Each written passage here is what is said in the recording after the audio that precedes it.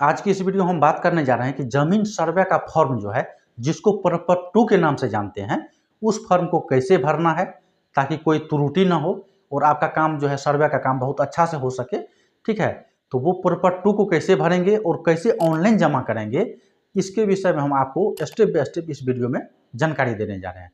तो आप वीडियो में आखिरी तक बने रहिएगा।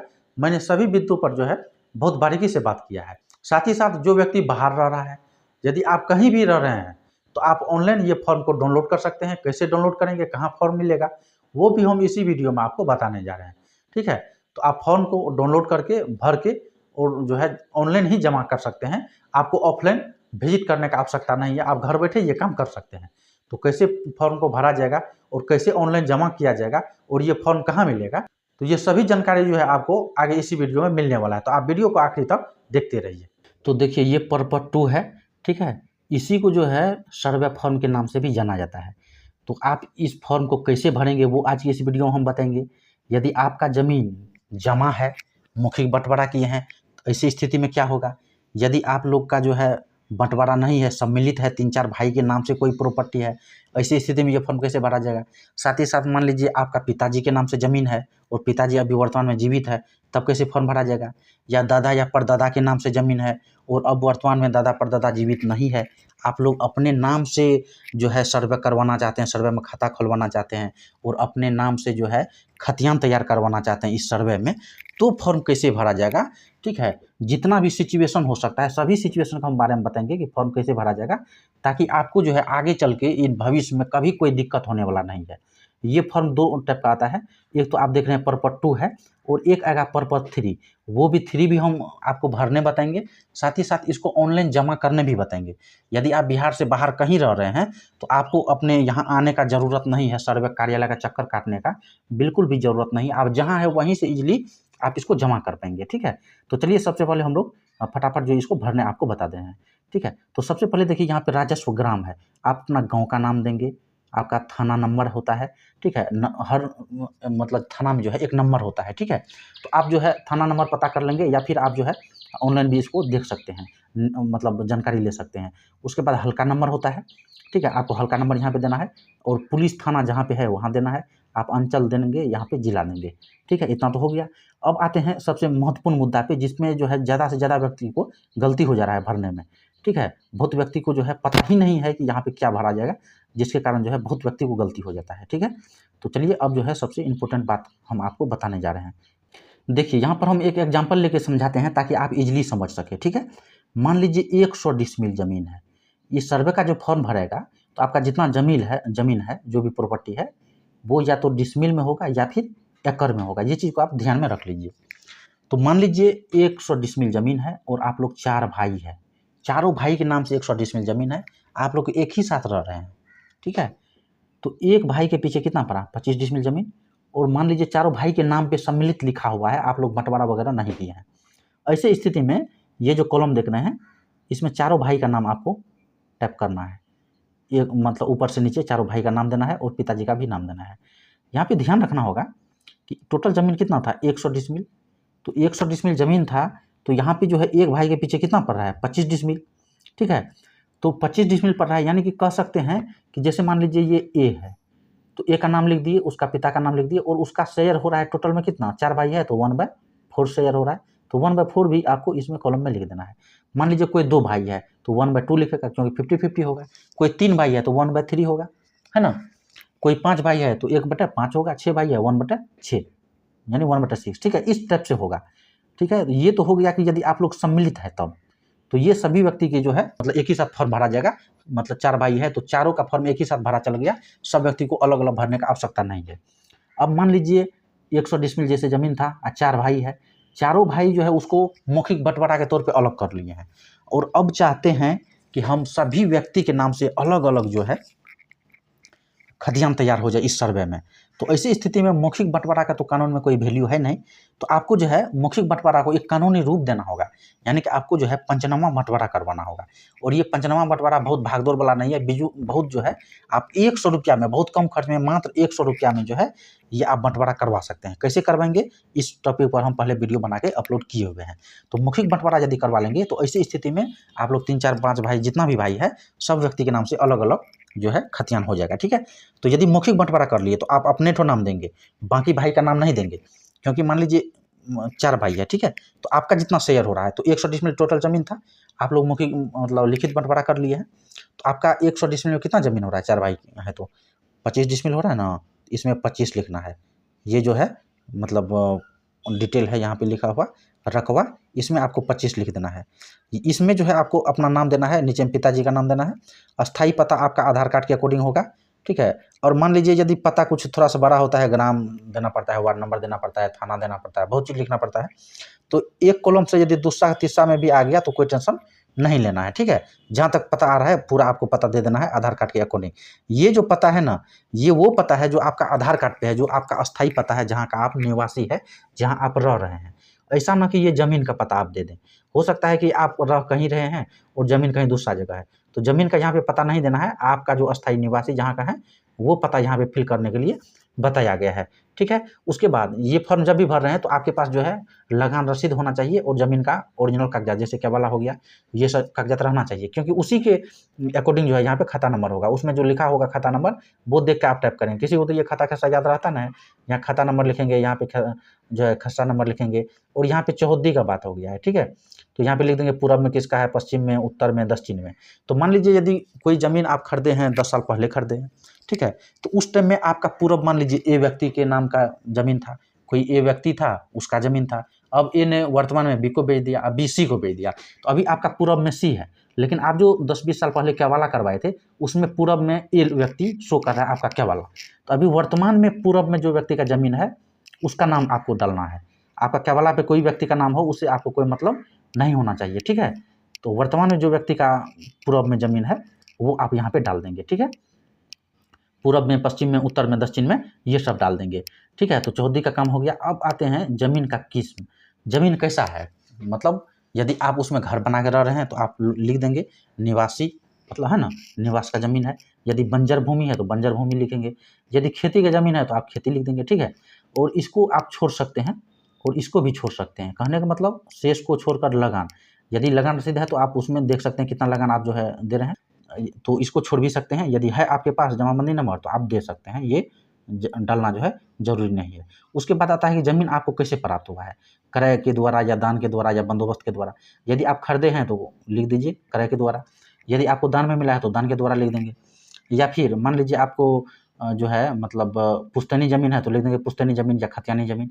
साथ ही साथ मान लीजिए अभी आपका ज़मीन पे किसी प्रकार का कोई विवाद चल रहा है, ठीक है, तो आप यहाँ पे लिख देंगे कि विवादित ज़मीन, और जो भी मतलब केस नंबर वगैरह है, ठीक है। यदि टाइटल सूट है या पार्टीशन सूट है तो लिख देंगे पार्टीशन सूट नंबर इतना, और वर्तमान में केस का क्या स्टेटस है, केस नंबर तो डालना ही डालना है, ठीक है। तो ये हो गया। अब हम बात करते हैं यदि आपका ज़मीन आपका दादा परदादा के नाम से है, बहुत पुराना ज़मीन है, ठीक है, और अब जो है आप लोग अपने नाम से खाता मतलब खुलवाना चाहते हैं सर्वे में, तब क्या होगा। तो मान लीजिए यदि आपका पिता के ही नाम से ज़मीन है और पिता अब जीवित नहीं है, आप लोग 4 भाई है, ठीक है। 4 भाई का एग्जांपल इसलिए ले रहे हैं क्योंकि इससे पहले 4 भाई का एग्जांपल लिए थे, ठीक है। और मान लीजिए 100 डिसमिल ज़मीन है, ठीक है, और पिता के नाम से 100 डिसमिल ज़मीन था और पिता जीवित नहीं है, आप लोग 4 व्यक्ति है, 4 भाई है। तो ऐसे स्थिति में आपको एक वंशावली बनाना अनिवार्य है, क्योंकि वंशावली इसलिए बनाना है क्योंकि आप तो ये सर्वे अपने नाम से कराने जा रहे हैं, अपने नाम से खाता खुलवाने जा रहे हैं, तो वहाँ पे वंशावली देख के ये पता किया जाएगा कि इसका जो मतलब पिताजी था उसको जैसे 4 संतान था, है ना, 4 संतान था, तो किस व्यक्ति के नाम से कितना होना चाहिए, ठीक है। तो ये चीज़ जो है वहाँ पे देखा जाएगा। तो यहाँ पे वंशावली एक जो है बनाया जाता है। तो वंशावली कैसे बनेंगे वो हम आपको बता देंगे, ठीक है। तो मान लीजिए जैसे आप लोग ABCD है तो आप लोग को वंशावली एक बना लेना है और आपसी सहमति से लिखित बंटवारा करना है, पंचनामा बंटवारा, और आप लोग को अपना अपना नाम जो है यहाँ पे मतलब डाल देना है, ठीक है। और ये आपको जो है पूरा हम भरने बता दिए हैं, ठीक है। तो यदि पूर्वज के नाम से ज़मीन है और यदि आपका पिता के नाम से ज़मीन है, पिता के नाम से केवाला किया हुआ कोई ज़मीन है, और आप लोग यदि चाह रहे हैं कि नहीं मेरा नाम से हो जाए, जैसे 100 डिसमिल ज़मीन का मैंने एग्जांपल लिया था, पिताजी जीवित है, केवाला किया गया ज़मीन है, मतलब कोई व्यक्ति से खरीदा है तो केवाला रजिस्ट्री हुआ है, डीड तैयार किया गया है, पिताजी जीवित है और आप लोग चाह रहे हैं कि मेरे नाम से हो जाए, ठीक है। तो ये भी संभव है, लेकिन आपको लिखित बंटवारा करना होगा और बंटवारा 5वां बंटवारा करवा के उसी के आधार पर आप लोग मोटेशन का भी आवेदन कर लीजिए और लगान से निर्गत करवा लीजिए। उसके बाद जैसे मैंने फॉर्म भरने बताया उस टाइप से फॉर्म भर सकते हैं, या फिर आप अपना पिताजी के नाम से भी करवा सकते हैं, कोई दिक्कत नहीं होने वाला है, ठीक है। तो उम्मीद करता हूँ कि ये वीडियो जो है आपको बहुत विस्तार से मैंने बताने का प्रयास किया। बहुत व्यक्ति उल्टा सीधा बता रहा है, बोल रहा है कि मतलब सब व्यक्ति का नाम डाल दीजिए। मान लीजिए 4 भाई है, आप अपना यहाँ डाल रहे हैं, दूसरा भी तीसरा भी भाई का डाल रहे हैं, फिर वो लोग भी फॉर्म भरेगा तो दिक्कत हो जाएगा, ठीक है। और एक महत्वपूर्ण चीज़ बताना यहाँ पे बहुत ज़रूरी है, यहाँ पे मान लीजिए मतलब ज़मीन है, 2 जगह कहीं-कहीं प्लॉट, एक तो प्लॉट यहाँ है छोटा वाला, एक तो यहाँ है, एक तो यहाँ है, 2 जगह, 4 जगह, 5 जगह कहीं है। तो यदि ये सब एक मौजा में है, क्योंकि यहाँ तो ग्राम पंचायत हर चीज़ लिखे गया आप अपना, तो यदि ये कॉलम में नहीं मतलब हो रहा है टोटल ज़मीन एडजस्ट, तो आप इसका प्रॉपर 2 जो है एक और फॉर्म भर देंगे इसका, 2-3 फॉर्म भर सकते हैं यदि एक ठो में एडजस्ट नहीं हो रहा तो। क्योंकि एक मौजा में जितना ज़मीन है, ठीक है, वो मतलब एक ही फॉर्म में होना चाहिए, या एक फॉर्म में नहीं भरा तो ऐसी स्थिति में जो है दूसरा फॉर्म आप भर सकते हैं, कोई दिक्कत नहीं होने वाला है। लेकिन अलग-अलग यदि ज़मीन है, मान लीजिए कोई ज़मीन आपका जो है मतलब कोई दूसरा मौजा में है, कोई ज़मीन यहाँ है, तो उसका पूरा डिटेल मान लीजिए यहीं तक में हो गया। अब यहाँ पे जगह तो बचा हुआ है, कोई ज़मीन यहाँ है, वो चाहिएगा इसी में डालना है, तो थोड़ा-सा दिक्कत हो सकता है। इसके लिए जो है अलग ज़मीन है, अलग मौजा में है, तो अलग सर्वे का फॉर्म भरिएगा। क्योंकि देखिए, सर्वे जो है पूरा पंचायत पे पंचायत हो रहा है, ठीक है। एक ही फॉर्म में मान लीजिए ये ज़मीन जो है, यहाँ आज सर्वे हो रहा है, तो आपका ये फॉर्म जो है वो जो भी कानूनगो है, अमीन है, वो ये फॉर्म देखेगा, इसी पे आप दूसरा जगह का नाम डाल देंगे, तो वहाँ पे दिक्कत हो सकता है, ठीक है। तो ये सब चीज़ का जो है आपको ध्यान में रखना है। तो हम आपको बता दिए, यदि पूर्वज के नाम से ज़मीन है तो आपके अपने नाम से खाता कैसे खुलेगा, पिता जीवित है तब कैसे मतलब क्या करेंगे, पिता जीवित नहीं है तब क्या करेंगे, ठीक है। हर चीज़ आपको जो है हम पूरा विस्तार से बताने का पूरा प्रयास किए। और सबसे महत्वपूर्ण चीज़ जो है, आपको यहाँ पे नीचे आना है, ठीक है, 1 मिनट, हाँ, यहाँ पे नीचे आना है। यहाँ पे जो है आपको अपना हस्ताक्षर करना है नीचे में, और मोबाइल नंबर देना है। मोबाइल नंबर देना और आधार नंबर देना बहुत अनिवार्य है। आपको यहाँ पे हस्ताक्षर कर सकते हैं या अंगूठा निशान लगा सकते हैं, अपना स्थान देंगे, यहाँ पे तिथि देंगे, ठीक है। तो ये फॉर्म आपका जो है रेडी हो गया है, ठीक है। अब चलिए इसके बाद जो होता है एक वंशावली होता है, वो भी हम बता रहे हैं कि वंशावली को आपको कैसे फिल करना है। तो ये देखिए, ये जो पर्पस 3-1 है, यहाँ पे आप देख पा रहे हैं, तो ये दोनों फॉर्म भरना होगा। इससे पहले जो मैंने पर्पस 2 बताया वो तो भरना ही भरना है, उसी के साथ इसको भी मतलब जमा करना है एक ही साथ। कैसे होगा, आप वीडियो में आखिरी तक बने रहिए, सब चीज़ बताएंगे, ठीक है। तो ये दोनों फॉर्म इससे पहले जो बताए वो वाला और अभी जो बता रहे हैं ये वाला, ये दोनों अनिवार्य है। पर्पस 2 और पर्पस 3 ये दोनों एक ही साथ जमा होगा, ठीक है। तो ये वंशावली है। अब आप लोग के मन में एक प्रश्न होगा कि वंशावली तो खुद से नहीं तैयार होता है, ठीक है। तो ये स्व अभिप्रमाणित वंशावली है, ठीक है। यहाँ पे आप देख लीजिए, स्वयं की वंशावली समर्पित करने के संबंध में, ठीक है, आप अपने के द्वारा जो है यहाँ पे घोषणा करेंगे, ठीक है। और एक वंशावली होता है जो कोर्ट से आपको बनाया जाता है, ठीक है। तो इससे पहले जो मैंने आपको पर्पस 2 भरते समय बताया था कि यदि आपके पिताजी के नाम से ज़मीन है और मान लीजिए 100 डिसमिल ज़मीन है, आप लोग 4 भाई है, चारों भाई अपने नाम से जो है खाता खुलवाना चाहते हैं सर्वे में, तो ऐसी स्थिति में आपको वंशावली बनाना होगा। तो वंशावली जो बनाना होगा वो वंशावली नोटराइज वंशावली नहीं होना चाहिए, ठीक है। आपको हम इसी वीडियो में बता देते हैं, आप यहाँ पे साइड में फोटो देख पा रहे हैं। ये वंशावली जो है ये बनाने में काफ़ी झेल है और काफ़ी लंबा भागदौड़ इसमें देख रहे हैं, ठीक है।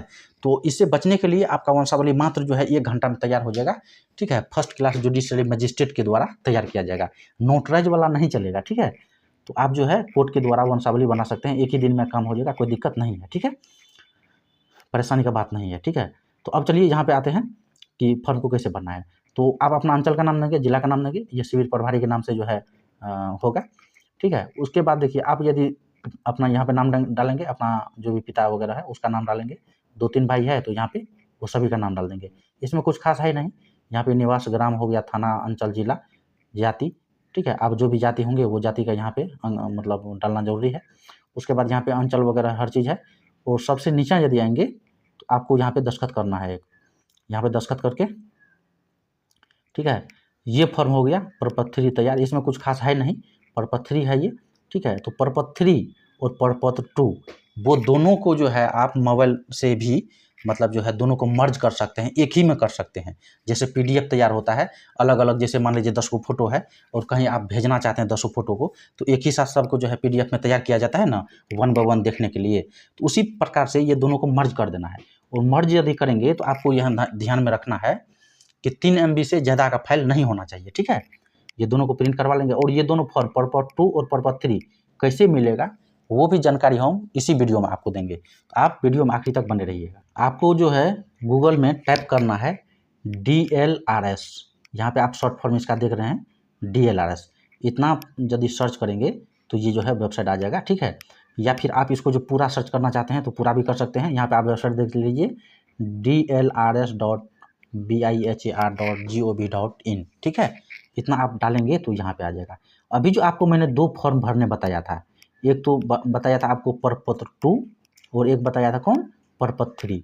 तो यदि प्रपत्र 2 डालना चाहते हैं, मतलब डाउनलोड करना चाहते हैं, तो आप यहाँ पे देखिए लिखा हुआ प्रपत्र 2 के बारे में, और यहाँ ये आइकन पे यदि क्लिक कीजिएगा तो ये प्रपत्र 2 डाउनलोड हो जाएगा, जिसको सर्वे फॉर्म के नाम से जाना जाता है।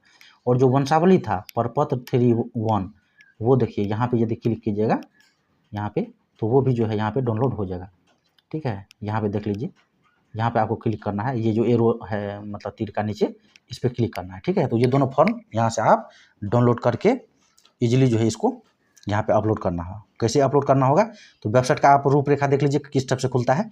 आपको स्क्रॉल डाउन करके आना है नीचे। ये वेबसाइट देखिए काम बहुत अच्छा से नहीं कर रहा है, ठीक है। तो आपको काफ़ी जो है परेशानी हो सकता है, तो थोड़ा सा मैनेज करके चलिएगा, कभी कभी नहीं खुलता है। आप यहाँ पर आएंगे तो यहाँ देख लीजिए ये बटन है, ठीक है, इस पर आपको क्लिक करना होगा। और इसी के साइड वाला जो बटन है, यदि आपको इस सर्वे से शिकायत निवारण प्रणाली है कोई दिक्कत है तो यहाँ आप शिकायत भी कर सकते हैं। बिहार विशेष सर्वेक्षण संबंधित सेवाएं हैं, तो ये वाले बटन पे आपको क्लिक करना होगा, ठीक है। ये वाला बटन पे अभी क्लिक करते हैं हम, आ जाएगा ये नेक्स्ट पेज में। नेक्स्ट पेज में आएंगे तो यहाँ पे देख लीजिए कुछ इस टाइप का जो है ओपन होता है। तो यहाँ पर जो है इस वाले बटन पे क्लिक करना है, रैयत द्वारा स्वामित्व धारित भूमि की स्वघोषणा हेतु प्रपत्र, ठीक है। इस वाले बटन पे आपको क्लिक करना है सर्वे फॉर्म ऑनलाइन जमा करने के लिए। जैसे उस वाले बटन पे क्लिक किए तो देखिए यहाँ पे क्या सब आ गया है। यहाँ पे सबसे पहले आपको अपना नाम डालना है, अपना स्टेट डालना है, अपना ज़िला डालना है, मोबाइल नंबर डालना है, आधार नंबर डालना है, और ईमेल आईडी ऑप्शनल है, यदि आपके पास है तो डालेंगे, अदरवाइज इसको छोड़ सकते हैं। उसके बाद जो है वेरीफाई मोबाइल नंबर पे क्लिक करेंगे, ठीक है। आपको यहाँ पे एक चीज़ ध्यान रखना होगा, आपका पिताजी के नाम से जैसे ज़मीन है और आप लोग अपने नाम से करवाना चाहते हैं, तो आपको अपना ही नाम डालना है। ऐसा नहीं कि पिताजी का ही नाम डाल देंगे, ठीक है, ऐसा नहीं करेंगे। आपको अपना नाम डालना है और अपना मोबाइल नंबर यहाँ पे डालना है, ठीक है। उसके बाद वेरीफाई मोबाइल नंबर पे क्लिक करना है। तो चलिए ये सब हम जो है डाल के वेरीफाई मोबाइल नंबर पे क्लिक करते हैं। आप जैसे मोबाइल नंबर डाल के सेंड OTP पे क्लिक करेंगे तो आपके पास OTP आएगा, मेरे पास भी OTP यहाँ पे आ गया है। OTP डाल के आपको वेरीफाई OTP पे क्लिक करना है। तो चलिए हम वेरीफाई OTP पे क्लिक करते हैं। उसके बाद देखिए यहाँ बहुत बारीकी से आप लोग समझिएगा, यहाँ पर आपको अपना डिस्ट्रिक्ट डालना है, यहाँ पे सर्कल डालना है जो CO आपका ऑफिस पड़ता है, ठीक है। आपको अपना यहाँ पे मौजा डालना है और यहाँ पे कैंप का नाम डालना है, ठीक है, जहाँ पे शिविर लगा हुआ है इसका, ठीक है। उसके बाद आना है नीचे। अब यहाँ पे जो है सबसे इम्पोर्टेंट बात है, यहाँ पे ध्यान से समझिएगा। यहाँ पे रैयत के बारे में करा है एंट्री करने के लिए, ठीक है। तो आपका जो है खाता संख्या यहाँ पे डालना है, ठीक है। होल्डर का नाम डालना है, मतलब कौन होल्डर का, जो वहाँ पे प्रपत्र 1 में आप प्रपत्र 2 में जो डाले थे, ठीक है, जिस व्यक्ति के नाम से आपको खाता खुलवाना उसका यहाँ पे नाम डालना है और यहाँ पे खेसरा डालना है। अब मान लीजिए 2-3 जगह अलग अलग आपका ज़मीन है, 5 जगह है, तो ये फॉर्म आपको 5 बार नहीं भरना है, एक ही बार भरना है। आप यहाँ ऐड मोर होल्डर पे क्लिक करेंगे, ठीक है। यदि आप ऐड मोर होल्डर पे क्लिक करेंगे तो उससे फ़ायदा क्या होगा कि 5 जगह, 6 जगह, 7 जगह, 8 जगह या 10 जगह कहीं भी ज़मीन है, तो ऐसा ही एक और कॉलम नहीं यहाँ पे नीचे आ जाएगा, वहाँ पर भी खाता डालना है खेसरा। क्योंकि देखिए हर प्लॉट का जो है खाता खेसरा अलग अलग होता है, ठीक है, रकबा अलग होता है। तो उसी प्रकार से जो है 10 जगह ज़मीन है तो इस पर 10 बार क्लिक करेंगे तो इसी तरह का लिस्ट जो है आपको नीचे दिखाया जाएगा। वो सब लिस्ट जो है मतलब सभी लिस्ट में जो है अपना अपना आप दर्ज कर लेंगे टोटल। उसके बाद यहाँ पे नीचे आइए, यहाँ पर आप एक चीज़ देखिए, यहाँ पे है अपलोड करने के लिए, ठीक है, चूज फाइल है, और यहाँ पे है अपलोड प्रपत्र 2 और 3.1। तो जो आपको 2 मैंने भरने बताया वो दोनों के बारे में करा अपलोड करने, और only PDF file under 3 MB is allowed, यानी कि सिर्फ PDF में आपका दोनों फॉर्म होना चाहिए और 3 MB से कम होना चाहिए। तो वो दोनों को आप मर्ज करके यहाँ पे अपलोड कर लेंगे, ठीक है, और यहाँ पे सेव कर देंगे उसके बाद। तो देखिए मेरा जो मतलब जो भी प्रॉपर्टी का कागजात है वो टोटल मेरा जमा हो चुका है, कोई दिक्कत नहीं है, हम काफ़ी पहले जो है जमा कर चुके हैं, इसीलिए हम आपको लाइव ये करके नहीं दिखा रहे हैं, ठीक है, क्योंकि हम दोबारा यदि भर लेंगे तो फिर दिक्कत हो जाएगा, या फिर किसी का खाता कैसा जो है मतलब वैसे डाल के जमा करेंगे तो उसके पास ये फॉर्म चले जाएगा, मेरा मोबाइल नंबर वगैरह हर चीज़ है, आधार कार्ड, तो आप समझ ही सकते हैं मेरा अकाउंट इस पे बना हुआ है, तो इसलिए जो है हम इसको फाइनल सबमिट नहीं करेंगे, ठीक है। और ये फॉर्म भरने का दिनांक सबसे इम्पोर्टेंट है कि कैसे पता चलेगा। देखिए ये फॉर्म भरने का जो दिनांक है वो 20 अगस्त से 30 सितंबर तक है, ठीक है, 20 अगस्त से 30 सितंबर 2024 तक भरने का ये डेट है। इस बीच आपको फॉर्म भर लेना है, ठीक है। फॉर्म कैसे मिलेगा, कहाँ मिलेगा, हर चीज़ आपको मैंने बारीकी से बताने का पूरा प्रयास किया है, ठीक है। यदि आपका मान लीजिए कोई केवाला वाला ज़मीन है, उसका केवाला ही खो गया है, खतियानी ज़मीन है, खतियान मिल नहीं रहा है, तो ये फॉर्म कैसे भरेंगे। हालाँकि यहाँ पर जो है ज़मीन का जो भी कागजात होता है, वो कागजात अपलोड करने के लिए नहीं कहा गया है, और आपको कागजात अपलोड भी नहीं करना है। यहाँ सिर्फ 2 ही फॉर्म अपलोड करना है, प्रपत्र 2, ठीक है, यहाँ जो है प्रपत्र 2 और प्रपत्र 3(1) यही दोनों अपलोड करना है। और जब भी सर्वे होगा तो उस टाइम आपको उपस्थित भी रहना है। साथ ही खानापुरी के समय जो है जो भी डॉक्यूमेंट का यहाँ पे आप कागजात दिए हैं, मतलब डिटेल दिए हैं, वो ज़मीन का ओरिजिनल कागजात वहाँ पे आपको दिखाना होगा, ठीक है। मैंने वीडियो में काफ़ी विस्तार से बताने का प्रयास किया। यदि आपको वीडियो अच्छा लगा होगा तो आप लोग लाइक कीजिएगा और ज़्यादा से ज़्यादा शेयर कीजिएगा। खतियान कैसे पुराना से पुराना निकलेगा, केवाला कैसे पुराना से पुराना आप ऑनलाइन निकाल सकते हैं घर बैठे, वो सभी टॉपिक पर मेरा चैनल पे पहले से वीडियो है। या फिर सर्वे संबंधित किसी प्रकार का कोई समस्या है तो आप मेरा प्रीवियस वीडियो जाकर देख सकते हैं।